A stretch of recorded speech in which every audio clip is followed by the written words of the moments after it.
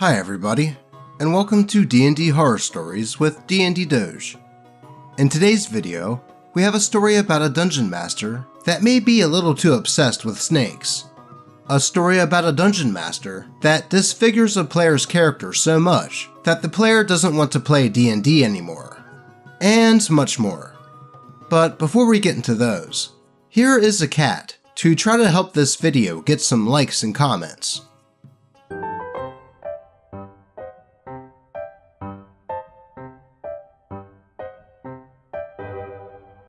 Cats always get likes, right? But with that said, let's get into today's D&D Horror Stories. The Dungeon Master crosses a line with his snake fetish. By Reddit user Dr. Needle Mouse. So I played Dungeons & Dragons 5th edition with a group of friends at DM's house a couple of years ago. DM is a friend that I met through grad school, and he works with animals at a sanctuary. The DM was pretty openly obsessed with snakes. He had snake art everywhere, and would talk about snakes and snake facts endlessly. So it was no surprise that his campaign revolved around a Yuan-ti empire. And of course, all the Yuan-ti are hypersexualized. And not just the human-looking variants. I'm talking lurid descriptions of snake lords, most of whom have tried to F us at some point in the campaign. The issue in question that made us leave the campaign though, was during a session, he randomly, without telling anyone, brought one of his snakes to the table, one with bright colors and patterns over its body. DM excitedly said, "Look who I brought to join us today." We all give him a nervous look, and he says, "Oh, relax. He's not that poisonous.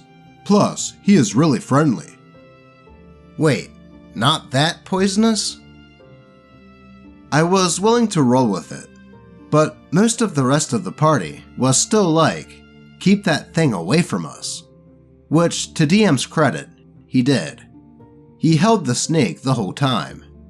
At some point, DM says, "Timmy, the snake, is tired, aren't you, boy?" and puts him into his lap. As we played through the night, we, the party, were thrust into a serpentine dungeon, and it was as fetishy as you can imagine, turned up to an 11. And we can tell at this point that DM was getting a bit too excited by these themes, as again, an actual snake is sitting in his lap. Okay, that is a bit sus. And it gets worse as the rest of the session goes on into the night. The straw that broke the camel's back occurred when DM decided to railroad the party into a quote, secret room that nobody wanted to explore. We were greeted by a group of Yuan-ti that outnumbered us 5-1, and they locked all the doors with magic, and then said, "It's time for the ritual." With the ritual being us getting gang SA'd, and he narrates in gruesome detail the Yuan-ti gang SA scene, as none of our rolls or attacks mattered in the slightest, as he is simultaneously talking to a snake and saying crap like, "Good boy, keep laying there, don't move." Okay, things just went from sus to ill. And then going back to describe how our characters are getting SA'd by a group of snake men. All of us were dead silent during this scene, but we all kinda looked at each other incredulously.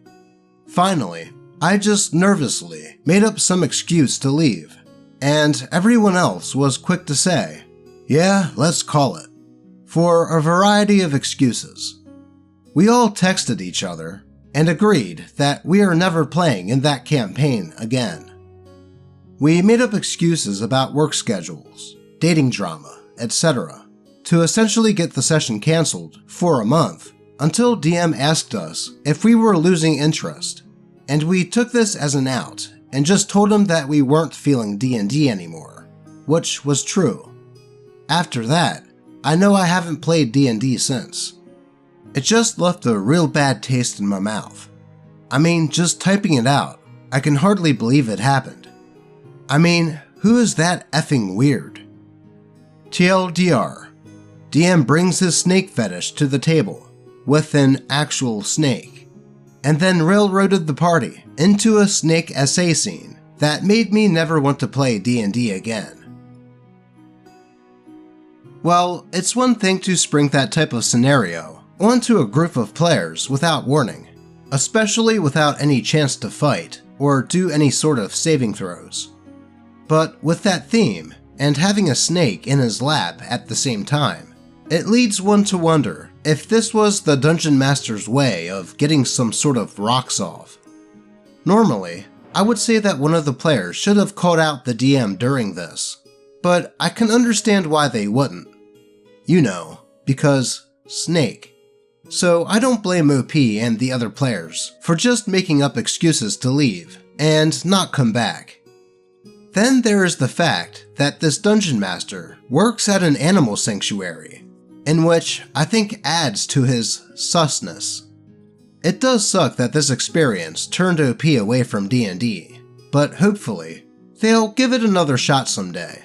This time, without a Dungeon Master with an apparent snake fetish. I think we need a kitty palate cleanser after that story.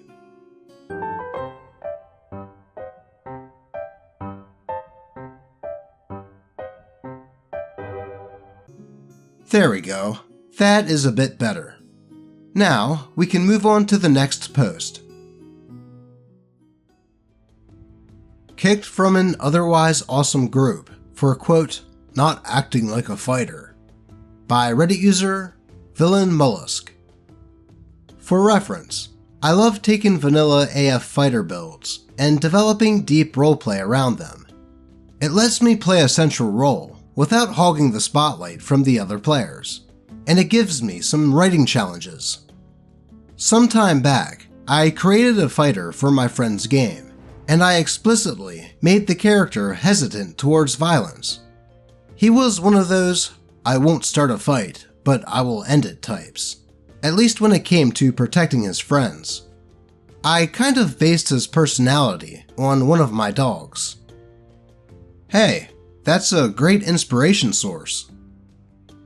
For the first few sessions, this was fine, but eventually, the Dungeon Master approached me and said that there were complaints about my character not, quote, acting like a fighter. My immediate concern was that I must not have been doing the right things during combat, but none of the complaints were about how I had actually performed during combat, and there were no complaints about my build. Instead, I was just told that my character was, quote, too much of a Boy Scout to be a fighter. The Dungeon Master, a history major, told me that the, quote, chivalric way that I was playing my character was, quote, historically inaccurate, and that I should play more aggressively or pick another class. This shocked me, as he was normally open to characters that broke stereotypes, and he was a martial artist in real life who was quite a bit of a, quote, Boy Scout himself. This wasn't an evil or even an edgy campaign, so my character's personality, overall, wasn't the problem. I was just told to put it in with another class instead. Paladins were limited to being god-based only, and that didn't fit my character's personality either. I just wanted to play a decent, supportive guy who also knew how to fight and was careful about escalating conflict. Ultimately, despite it being a great group with amazing roleplay interactions, I chose to leave. Even if I created a new character, I just don't know if I trust the Dungeon Master to work past these kinds of stereotypes anymore. I recently asked the DM if he thought that casters should immediately jump to trying to solve all problems with spells, and if rogues should try to solve all problems with deception. He basically said yes. Am I missing something here?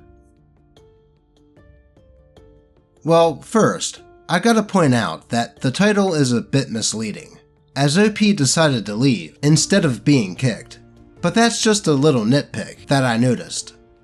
I also noticed that the Dungeon Master stated that he was receiving complaints about OP's fighter, when it seemed like the only one with any complaint was the Dungeon Master himself. I will never understand why people think that certain classes have to have certain personalities that are your cookie-cutter stereotypes for said class.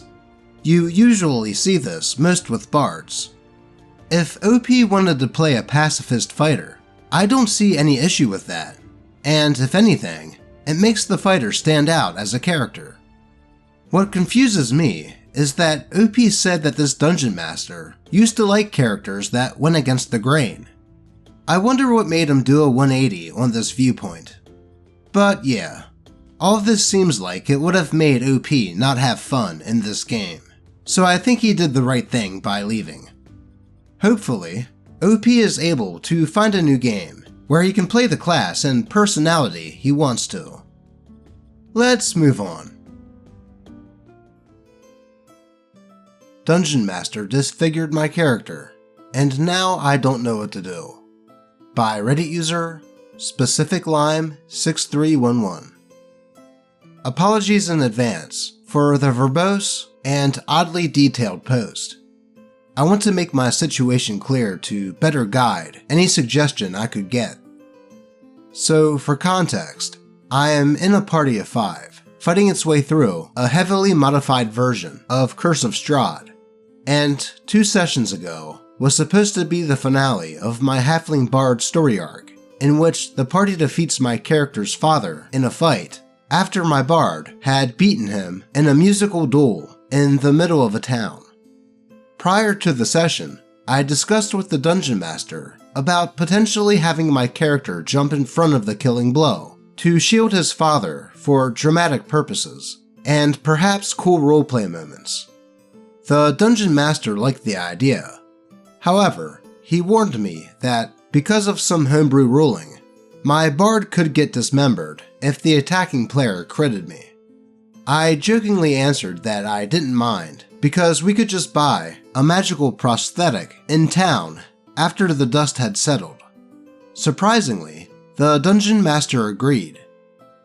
Of course, when the moment came, the party's Hexblade rolled a 20 on his attack roll, leaving my character at 1 HP, bleeding out, and one-legged.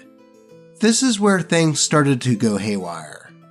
What I didn't know when I suggested that my bard could take a hit on a whim for his father's sake is that there was actually another way more powerful villain that was waiting for the previous one to get taken care of before showing up, summoning a bunch of monsters and killing everyone in town.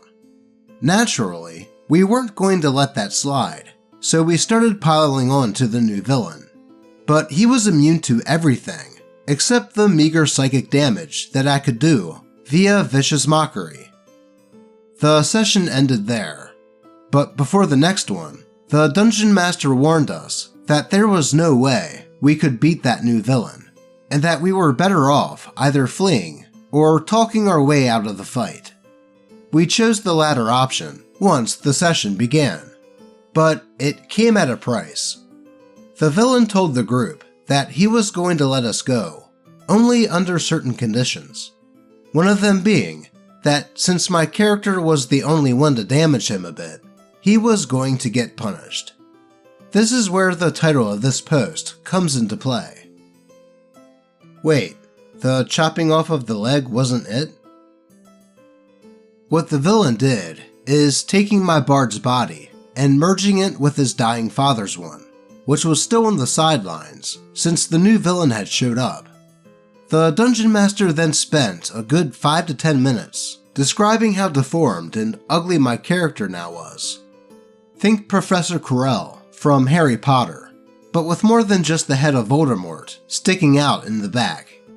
The only somewhat good thing that came out of this was that my character got back his leg, except it was actually his father's leg that got merged, so it was facing in the wrong direction.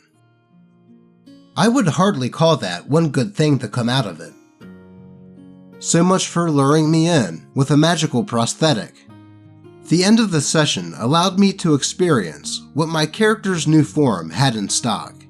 Notably, that every NPC now treated him like crap because of his appearance, and that I now needed to do charisma saving throws periodically, or else the father, which the Dungeon Master controlled, took over the body for a certain amount of time. The Dungeon Master also alluded to more mechanical disadvantages that I didn't experience, nor inquired about yet. Out of game, there was a lot of jokes about my character's situation, which were in poor taste in my opinion. Jokes about incest, like, haha, your father is inside of you. Or conjoined twins, hee hee, you share the same butthole now. This whole ordeal made me very uncomfortable, but I played it out in the moment to not ruin the mood. What kind of mood would that be? The mood of a Cronenberg movie? This gets us to now, where I realize that my character concept grosses me out. It isn't fun to play because I have a bunch of mechanical disadvantages compared to the others, and isn't fun to roleplay either because I can't interact with NPCs without them automatically considering my character as a freak.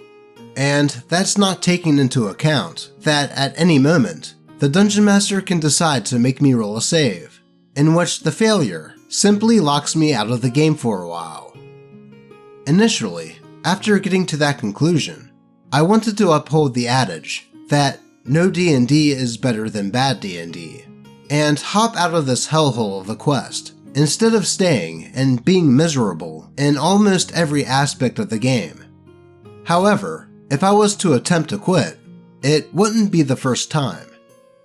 You see, I attempted to quit once before, when things were getting especially dire for the group, and I just wasn't having fun.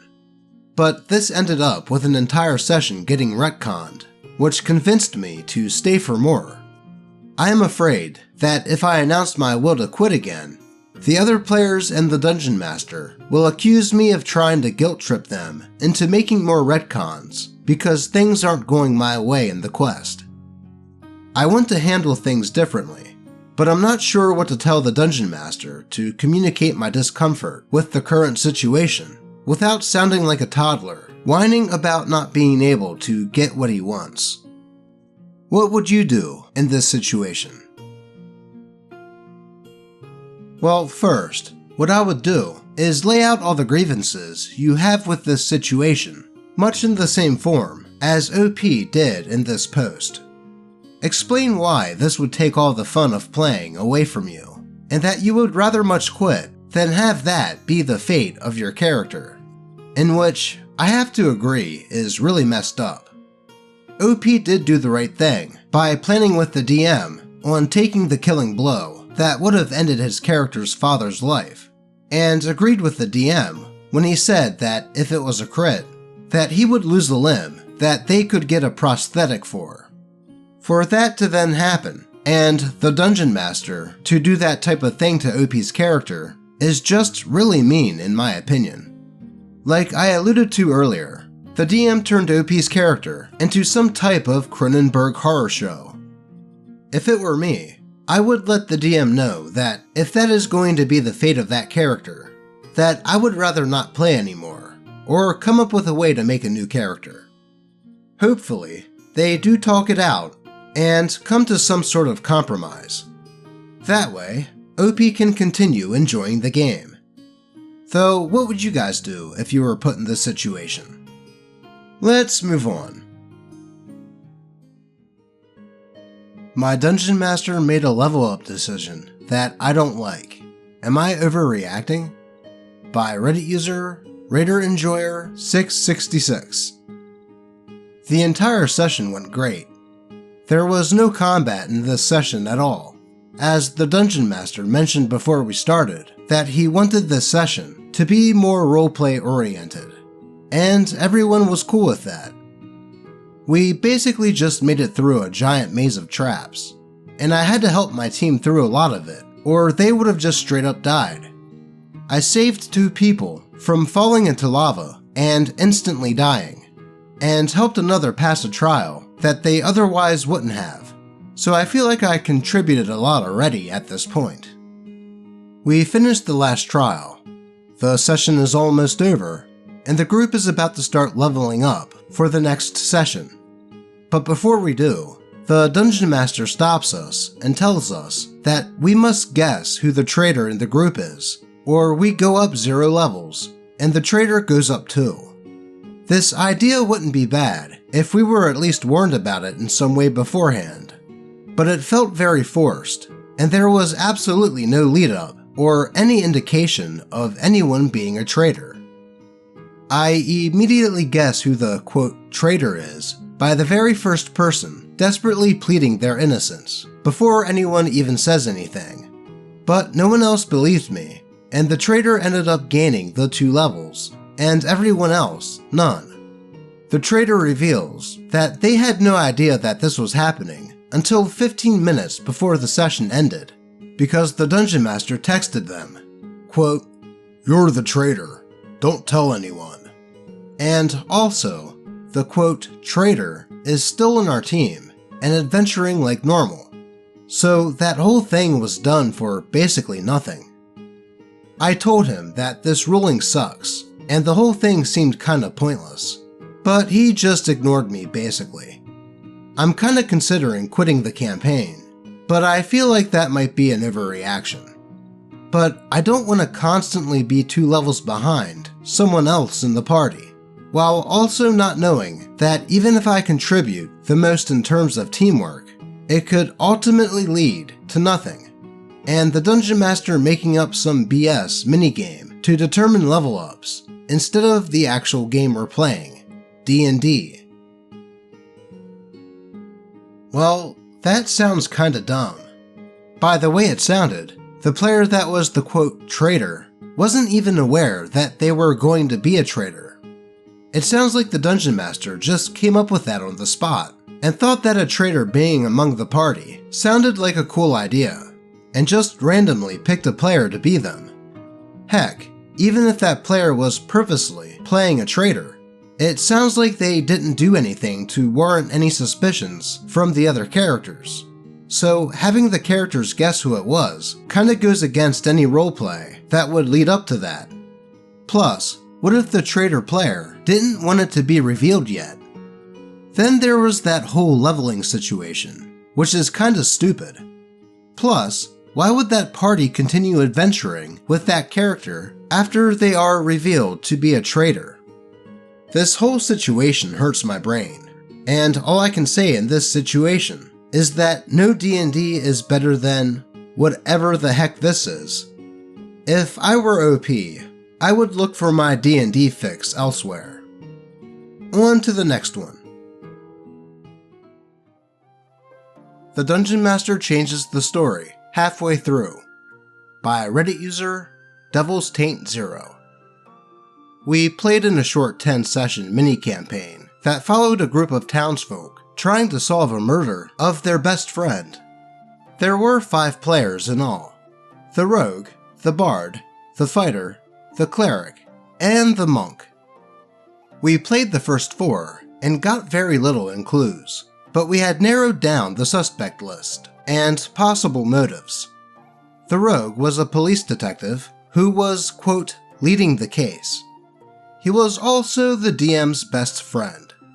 It was pretty clear that the story had been tailored to fit this player, as everything about it fit into that person's backstory so well. The villain even started to hunt the rogue exclusively.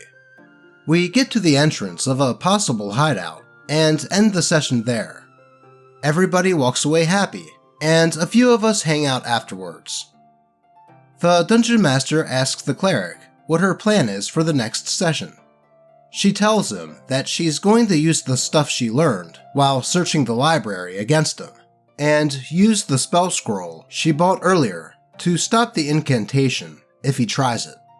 The Dungeon Master said, "Awesome, that'll be so cool," and moved on to the fighter, asking what he thought. The fighter said that he had planned to sneak in and track the villain if he could. Then the DM asks the bard, me, what my thoughts were on the session, and what I think will happen. I tell him that I was excited to finally meet this person face to face, and potentially avenge my college bandmate, the best friend we all had in common. I said that I thought it was possible that the killer was the best friend himself, and that he had gotten away with murdering someone else and making it seem like him. The DM's smile faded for a second before saying, "Oh, that would have been awesome." The player playing the rogue walked into the kitchen, and the DM suddenly got up and followed. The next week, we sat down for the session. The fighter goes off to hide and spy, and the rest of us head in the front door. The fighter gets the table to himself for about 10 minutes, as the dungeon master asks all of us to leave, so they can do whatever the fighter is doing in private. After we come back, we begin searching around, finding nothing, until finally we see the fighter's body drop from the rafters. I looked over to the fighter and saw an angry look on his face. I hadn't been paying attention to it before, but he was clearly pissed. The villain appeared in a plague doctor mask and began a speech about temptation and risk, and finally, talking about inevitability. The rogue asked some questions, and we started to try to see what happened and what his plan was. We looked around and saw that the incantation spell was almost ready. When we realized this, the villain said, "You brought me a final piece, the victim's blood." The floor began to glow, and he began to start a spell. The cleric pulled out the spell scroll that she had brought and used it. The spell didn't fade, but we heard the whir of something. Then the spell scroll exploded and knocked out the cleric. The monk and I, the bard, as well as the rogue, were all that was left. We started to fight, and it seemed like he was just not going down. He barely took damage. He had weapons and traps everywhere. That would have been fine, if not for when we went into spaces where the villain had been, and it clearly didn't affect him. The rogue gets stabbed, and a whisper in his ear, and he leaves us to heal ourselves. The rogue and the DM were extremely friendly up until this point, and it was here where I saw the shift. He was clearly frustrated as well. The session ends, and we walk away. The fighter was not allowed to come back, with the DM explaining that because it was in the later half of the story, and it was meant to be short, it wouldn't work to bring in a new character. Skip to the ending, and we get the reveal. The killer is none other than some random guy from the rogue's backstory. He didn't connect to anything that we had learned about before. We had no clues pointing to him. We didn't even know who he was. The session ends with only the final battle left. We walk away, and as I'm walking down the street, I get a text from the rogue. We don't really know each other outside of the game, but I had his number from the group chat. I text back, and he says he wants to talk with everyone about the Dungeon Master. So we all get on a call and talk. It was clear that we all had the same thoughts. We knew that he had used what we said against us, making our characters lose by having our plans fail because of the quote, story. That was when the rogue tells us that the DM asked him a bunch of questions about who he thought it could be. The Dungeon Master had mentioned my crazy idea, and the rogue compiled the clues to meet the same conclusion. Apparently, the whisper that the DM had made to the player during the combat was a comment about how it was funny that he could think that the killer was his dead best friend, and saying, "Guess you're just as dumb as the rest of them." The rogue pulled the DM aside after that and commented on the impossibility of him knowing what we were thinking. The DM said, "I know, scary, right? He's inside your head. He knows your next step." We ended the combat and killed him. But like a bad 80s horror movie, it was clear there was a chance for a return. I haven't played with that DM since. Yeah, it definitely sounds like the Dungeon Master did have the plot twist, being that the killer was actually the player's character's friend that faked his own death. But after OP told the Dungeon Master that they suspected as much, the Dungeon Master decided to change it. Then there was the fact that the DM asked what the players' plans were for the next session. Usually, DMs do this so that they can better prepare for the following session in a campaign, so things can be streamlined and don't take too long to get rolling. But it just sounds like this Dungeon Master only did so to use their plans against them. Not to mention killing off the fighter in what was probably a BS way, and then telling him that it's too late to make a new character. I mean, it's D&D. Even if there's only a few sessions left, you can always come up with a reason why a new character might join the party at the tail end of an adventure. I think I'm with OP here when he says that he never wanted to play in another one of this Dungeon Master's games. But that is all I have for you today. As always, I appreciate all of you, and may your games remain horror story free. Until next time.